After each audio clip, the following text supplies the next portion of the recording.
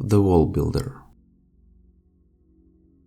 In a time long before the world grew small, before tribes settled in the comfortable ways, there lived a man who was different from the rest. He was quiet and solitary, his gaze often fixed on the distant horizon. While others in the village thrived on the thrill of the hunt and the joy of feasting by the fire, he kept to himself, and he built. It started simply, almost curiously. The man gathered stones, branches, and clay, sticking them into a crude line encircling the village. The children watched him with wide-eyed wonder, but the hunters and warriors laughed. The fool built his wall to keep the wind at bay. They would jeer as they passed by him with fresh game slung over their shoulders. Yet, despite their taunts, he never wavered. He worked from dawn until dusk, his hands raw and bloodied, his body growing gaunt over the seasons. The wall crept forward, stone by stone, until it surrounded the village in a rough, uneven circle. Concerned, the elders approached him. "Why waste your life on this madness?" they asked.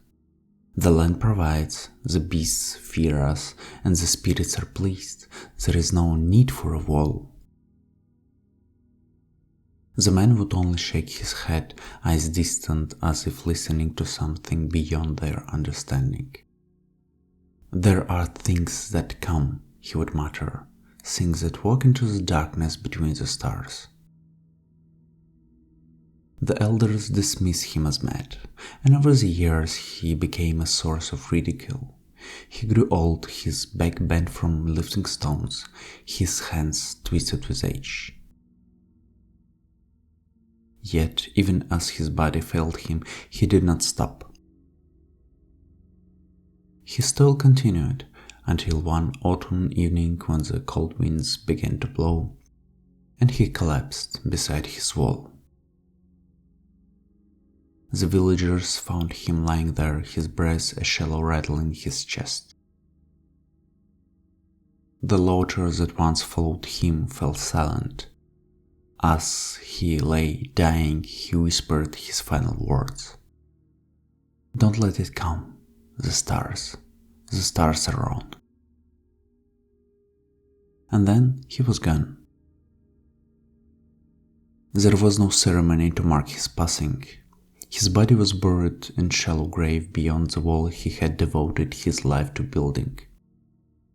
The villagers quickly forgot the strange man who had wasted his years stacking stones. But as winter set in, they began to notice unsettling changes.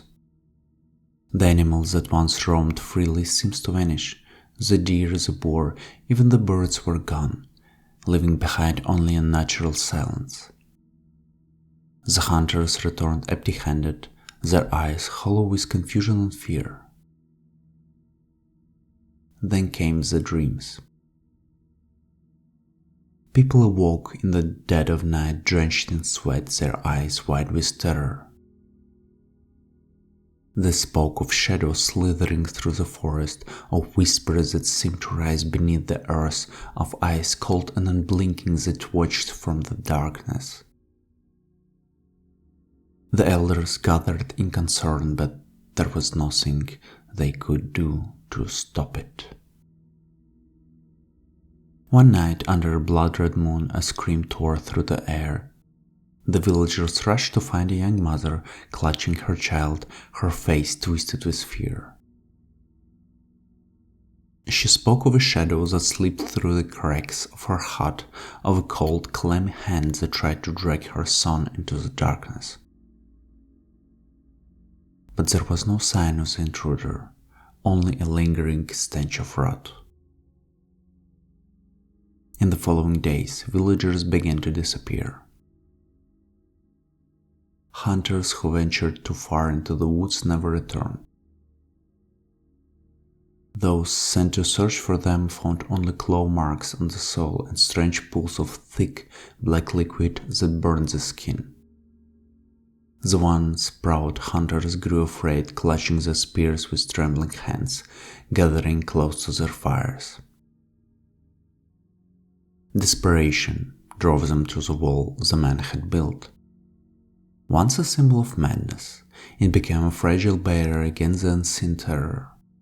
The villagers reinforced it with stones, wooden stakes, anything to keep the encroaching darkness at bay. But it was too late. One night, as the village slept fitfully, the sky turned a sickly shade of violet, and the stars twisted and writhed like living things. A low rumbling sound reverberated from the deep beneath the earth, shaking the ground. The wall, once so painstakingly constructed, began to tremble and crack. Then came the creatures. They moved as shadows, slipping through the fissures with an otherworldly fluidity. Their forms defied understanding, neither beast nor spirit, but something far worse. They were ever shifting, their eyes like pits of darkness that devoured the light. They moved silently, their touch freezing the marrow in one's bones. The villagers tried to fight, but their spears passed through the creatures as if they were made of mist. The things drifted among them, draining life with a single touch. The air filled with the screams of the dying, but no help came. There was no one left to save them. In the chaos, the elder remembered the dying words of the wall builder. The stars are wrong. In his desperation, he realized what the man had known. These creatures were not of this world.